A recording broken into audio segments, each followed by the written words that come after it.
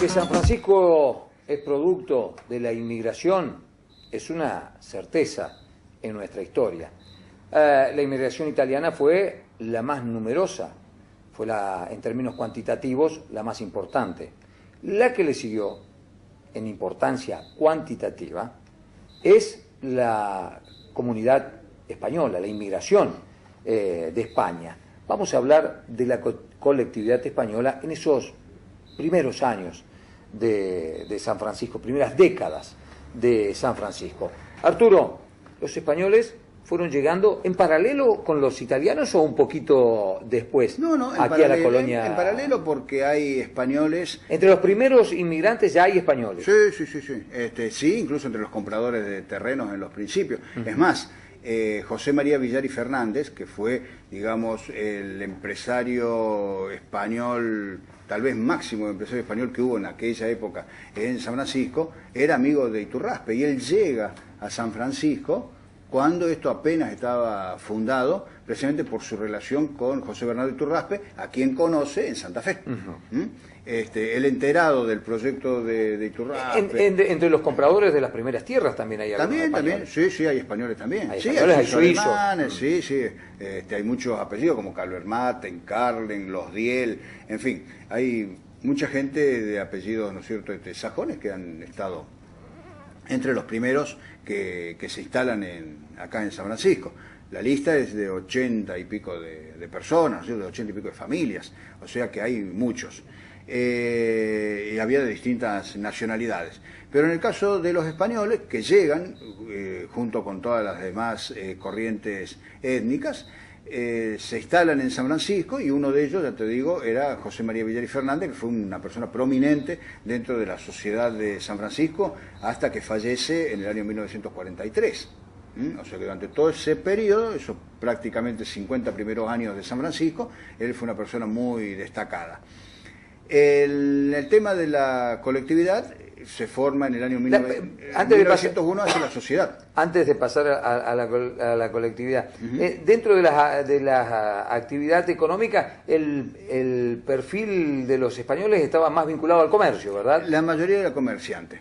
Pero vos tenías a Lenis, Elías Lenis, que era tambero. Claro.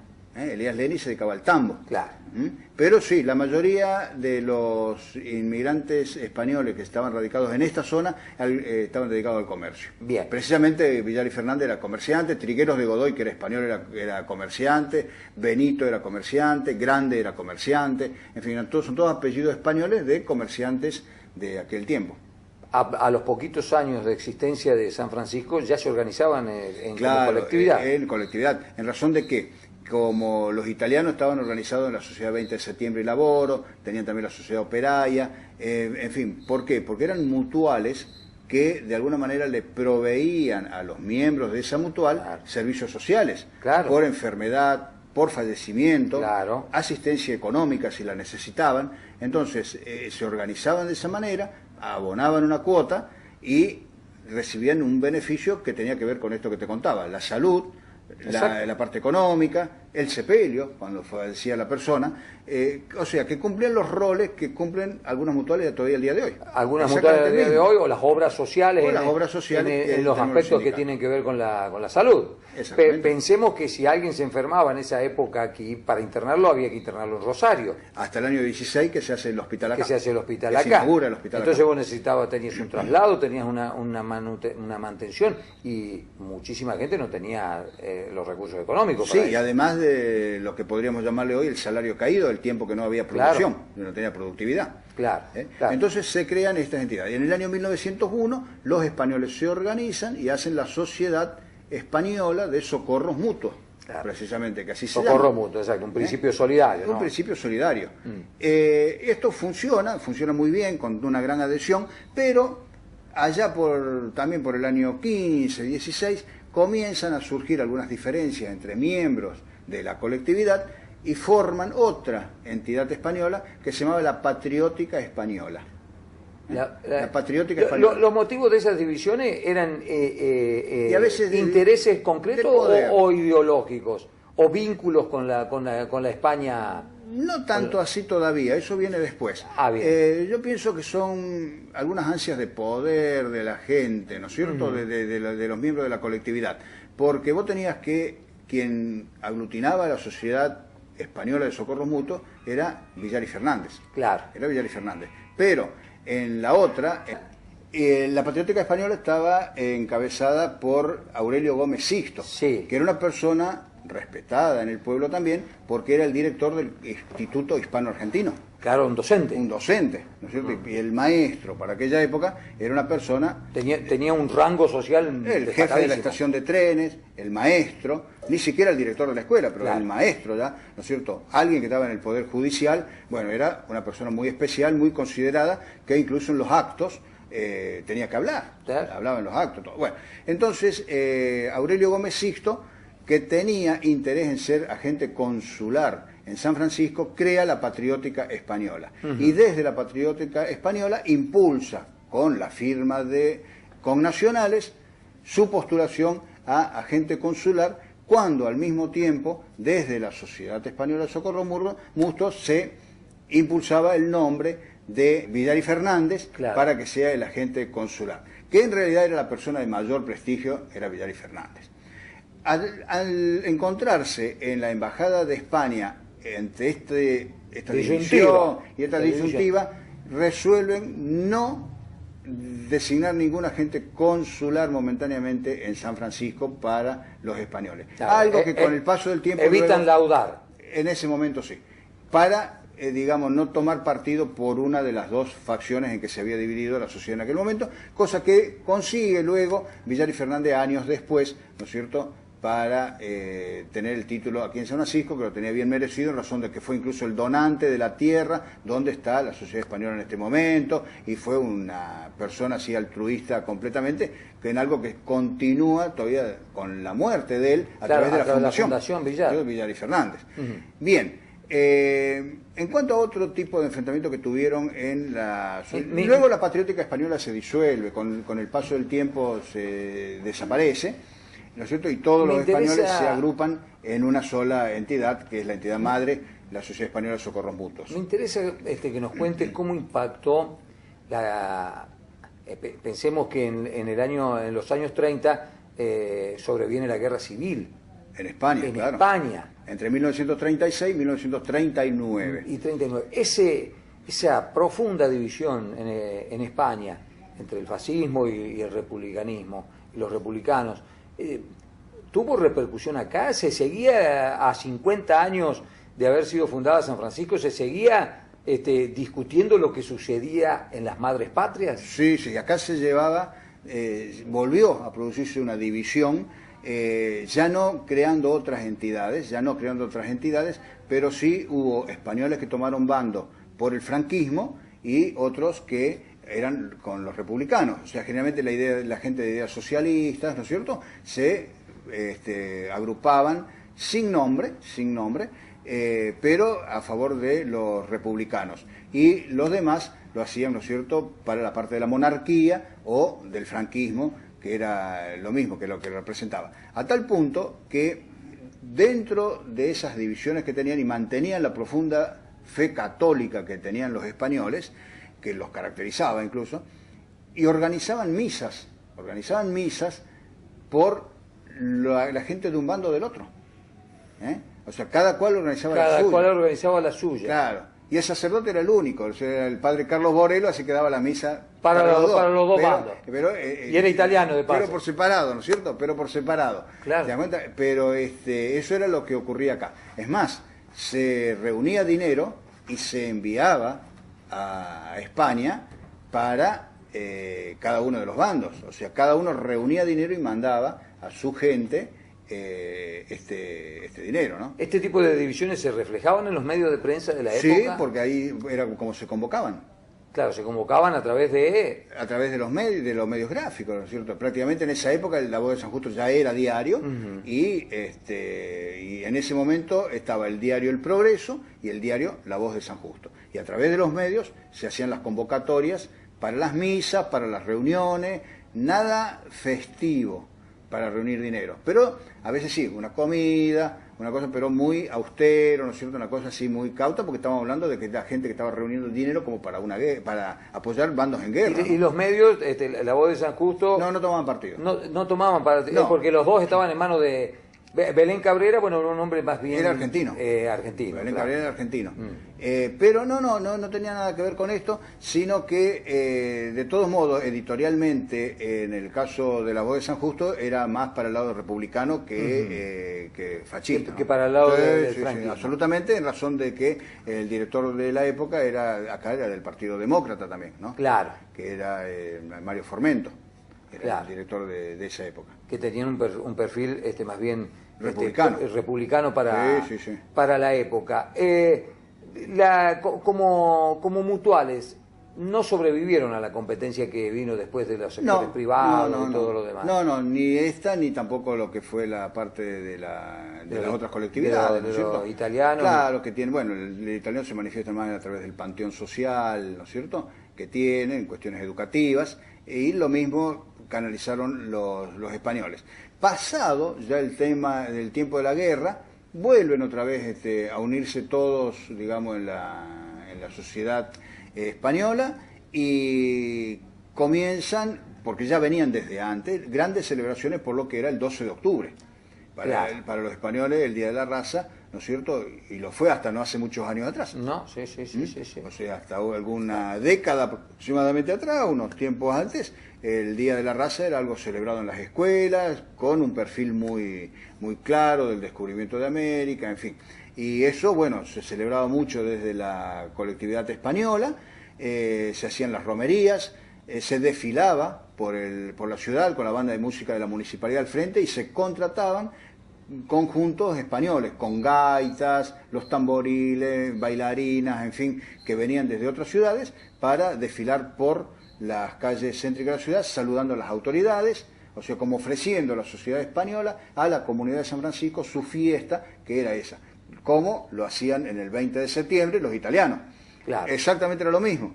Desfilaban por el centro con la banda, tirando bombas, en fin, y ofreciendo su fiesta a la sociedad de San Francisco. Acá te pido una opinión, una apreciación por lo menos.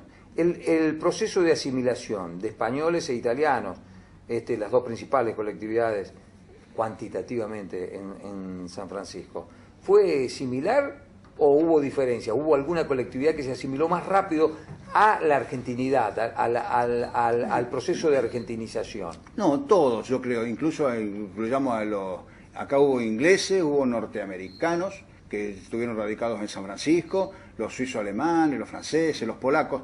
Yo creo que todos, porque incluso, si bien siempre se comenta que se hablaba mucho del piamontés, ¿no es cierto?, que era necesario el piamontés conocerlo para conseguir un trabajo, tal vez la gente que estaba en el campo, que estaba más aislada, entre ellos hablaban el piamontés, pero acá tenían la necesidad de hablar castellano, entonces, o el español. Y entonces acá se hablaba en la lengua que hablábamos nosotros, o nuestros antecesores, o sea, se hablaba en castellano. Y había un gran esfuerzo de ellos por aprenderlo y por hablar en castellano. No venían a hablar en italiano, así por lo que yo tengo registrado. Si bien hay cosas que están publicadas, por ejemplo, también en el diario, en italiano. Están publicadas algunos comunicados, cosas así que son de la colectividad, están publicados en italiano. Pero en el trato frecuente se integraban con el idioma castellano. Es más, tenían una gran participación en lo que eran las fiestas patrias nuestras, 25 de mayo y 9 de julio, que eran las dos fechas, digamos, que se celebraban. No estaba el Día de la Bandera ni la muerte de San Martín, no se recordaba nada. Pero sí, las dos fechas centrales había una gran participación y una gran presencia. Es más, en algunos comentarios que se hacen en el diario que comentaban lo que eran los festejos, hacían señalar que las colectividades extranjeras tenían mayor participación que la municipalidad de aquel momento en la celebración de las fiestas patrias argentinas. Está clarísimo. Bien, Arturo, se nos fue el tiempo. En este bloque repasamos la presencia de la colectividad española en la ciudad de San Francisco, fundamentalmente en los primeros años.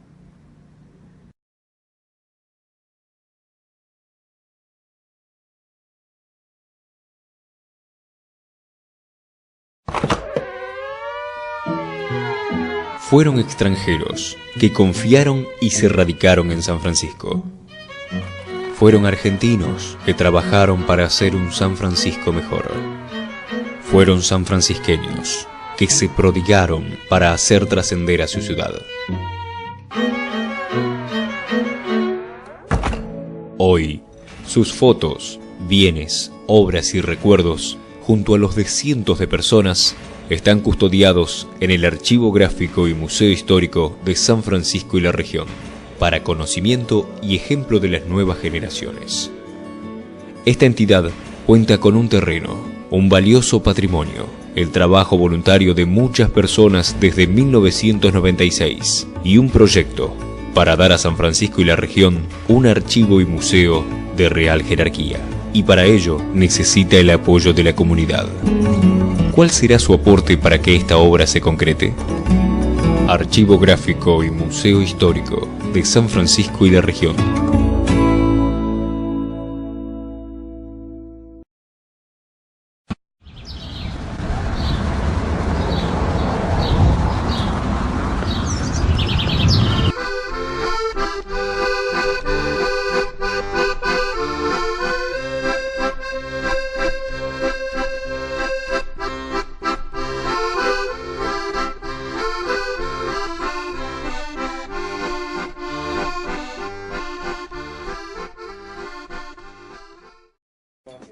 En este nuevo bloque de Huellas vamos a hablar de la industria. Hablar de la industria en San Francisco, en términos generales, es remontarse a los mismos orígenes. Lo hemos contado aquí con Arturo en innumerables ocasiones.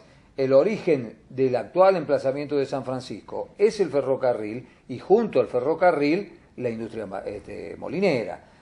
A partir de allí, un desarrollo impresionante en distintas facetas de la industria, algunas que tienen que ver con la materia prima que se genera aquí en nuestra región, pero otras que no tienen nada que ver con la materia prima que se genera en la región, y por eso son las que nos llamaron la atención para desarrollar en este bloque. Arturo, si uno dice industria molinera, y dice, bueno, teníamos los campos rodeados de trigo, era necesario almacenarlo, era necesario procesarlo, con el ferrocarril después eventualmente transportarlo.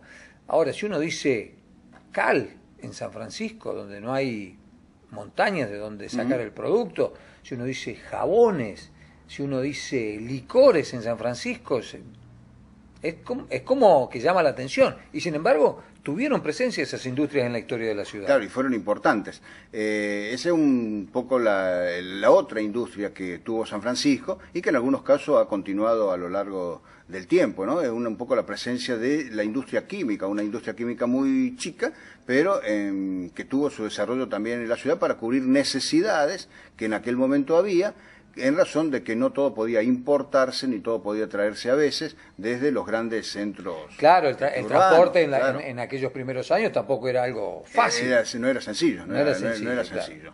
Entonces, acá surge ya en 1891, muy poquito después de fundada la colonia y de poco después de instalado el ferrocarril aquí, un señor Marengo funda la primera calera aquí, que luego pasa a ser la calera de Cufia y de Fasi.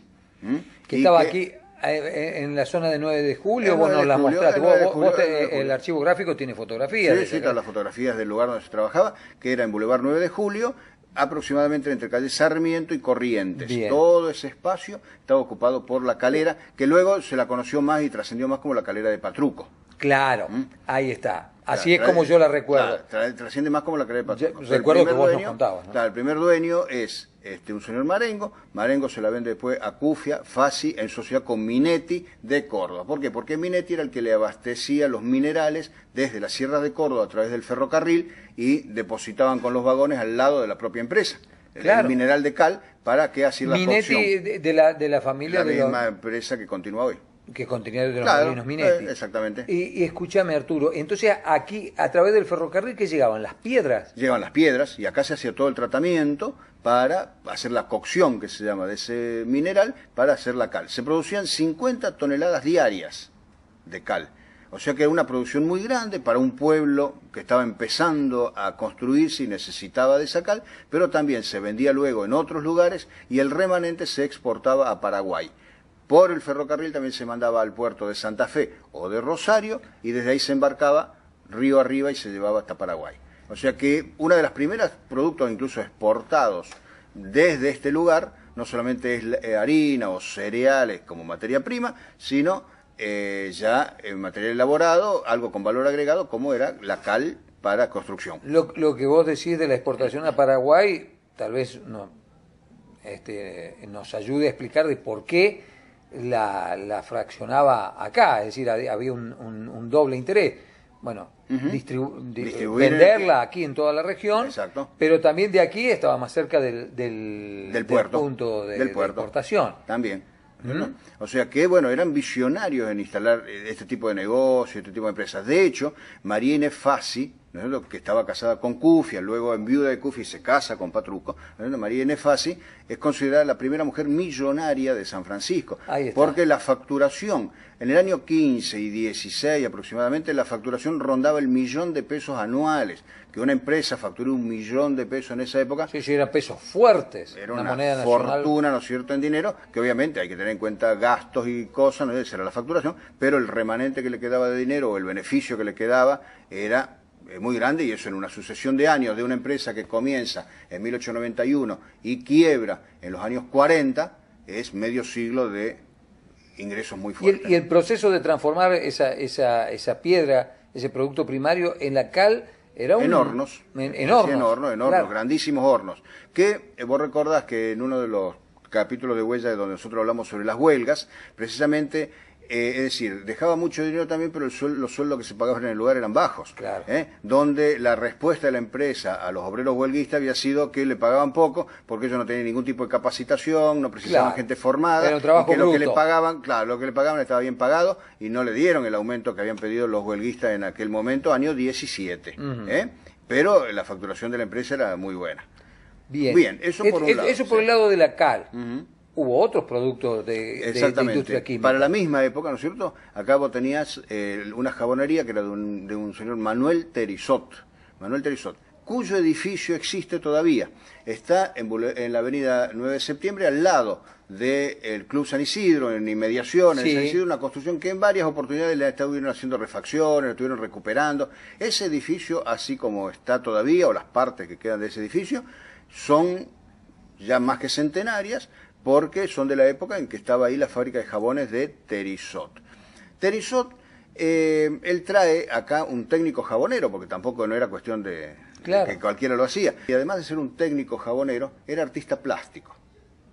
Era artista plástico. Y él, entonces, además de hacer ese trabajo como técnico jabonero, en otros momentos se dedicaba al arte plástico, y como pertenecía al fascismo, sí, señor. Siempre surge acá el tema del fascismo y el socialismo. Porque aquí nosotros hemos comentado era que muy politizado todo. Claro, y que los planteos políticos ideológicos de Europa se trasladaban aquí, tanto lo de España como lo de Italia. Exactamente. Así que él, ¿no es cierto?, era del fascismo, entonces integraba una entidad italiana que no era la Sociedad Italiana 20 de septiembre, sino el Dopo Lavoro. Exacto. El Dopo Lavoro tenía su sede en San Juan e Iturraspe, y ahí Lazzarini tenía una academia de pintura, al que asistían decenas de mujeres, ¿no es cierto?, para aprender a pintar. Algunas habrán trascendido luego porque habrán continuado estudios posteriores, pero la mayoría era como para una recreación, una labor. Tenemos ahí uno de los primeros antecedentes de actividad cultural. Exactamente. Sí, sí, porque esto es anterior a la Academia de Bellas Artes que creó la municipalidad en la época de Villafania. Además de la jabonería, también hubo industria licorera. Y industrias licoreras. Una de ellas era la de Higinio Tartari. Higinio Tartari era un joven italiano que estaba radicado aquí en San Francisco, que incluso en la época de la Primera Guerra Mundial es convocado para ir a pelear a la Primera Guerra Mundial, y pone en venta la fábrica de licores para reunir un dinero e ir a Italia a pelear a favor de Italia. Posteriormente cambia de idea, no vende el negocio, se va de San Francisco a Buenos Aires, se casa ya con una señora Tartari también, que era una prima de él, vuelven luego a San Francisco, se radica acá y él queda con su industria durante muchísimos años trabajando, una industria licorera licorera y de jugos, ¿no es cierto?, de refrescos, así, que el nombre no era muy original porque era Tartarín. Tartarín, y Tartarín Y bueno, era el producto que él generaba. hacía. Y tenía en un tiempo su empresa instalada al frente de lo que es ahora la empresa Rosso. Claro. En calle Córdoba, al frente, así, un poco en diagonal, ahí estaba Que la después empresa, durante bastante tiempo siguió en el con en otro un rubro edificio, aproximado, claro, con el fraccionamiento de vinos. fraccionamiento de vino. Claro, de Ferradas. De Ferrada. Claro. Exactamente, pero con otro edificio, en otra instalación, Sí. ¿no es cierto? Pero Bien, ubicado ahí este también. era uno de en esa los zona. licoreros. Los otros eran cuñados, que eran Pedro Blanzari y José Forchino, que estaban en Iturraspe también, y Humberto Primo de aquel momento, que sería Avenida Claro. Libertador. Sí, señor. Si se fijan que esto es al lado de donde está la sala de juego ahora en San Francisco, en el edificio de la esquina, ese edificio sigue siendo el mismo y en la parte superior del edificio tiene impreso en cemento el nombre de Pedro Blanzari. No me diga, yo paso todos los días Bueno. y no lo veo. Ahora salgo de acá para verlo. ¿Sabés nada más. dónde estás caminando? Claro, pero qué bueno. Bueno, está el nombre, esa era la licorería de Blanzari. Ellos hacían ahí un aperitivo que se llamaba nocino, que lo recomendaban porque dice que el que tomaba eso tenía un apetito después impresionante, ¿no es cierto? Y un agua de mesa, producto que ellos también tenían en venta de esto. Y a todo esto se suma después Raimundo Cartier, hijo del ingeniero Cartier, que fue el que hizo los planos aquí en San Francisco. Y que fue presidente del comunal. aquel fue el presidente del Consejo. Este Raimundo Cartier fue director del registro civil en San Francisco en algún momento. Hay mucha documentación de la época firmada por Raimundo Cartier, que es el hijo del que hizo los planos y el que había sido presidente del Consejo Deliberante en su momento. Este Raimundo Cartier pone en San Francisco, en una época en que había una gran necesidad de ello, una fábrica de hielo. Fabricar barras de hielo. Claro, sí. Bueno, Esas las tengo presentes hasta los años 60, 70. Sí, 70, 80, en algunos casos, las fábricas de hielo. El hielo era muy requerido incluso por el tratamiento de enfermedades. Claro. Era una forma de bajar la temperatura a la gente que en aquel momento tenía enfermedades que todas derivaban en altas fiebres. Entonces el hielo era muy requerido y no era fácil conseguirlo. Claro. No se producía domiciliariamente. Incluso las heladeras funcionaban con hielo. Claro, o sea, no había producción de hielo como podemos tener hoy en nuestra propia casa. Claro. ¿Tá? Pero el Cartier, además del hielo, aprovechó, y como él tenía tratamiento del agua, para purificar el agua que teníamos nosotros no era de buena calidad, Claro. porque era de subsuelo, entonces esa agua purificada él luego la fraccionaba, la vendía y vendía agua con gas y sin gas. Antecedente del agua mineral. Por supuesto. Agua mineral que consumimos Y lo ahora. último sería Sí. que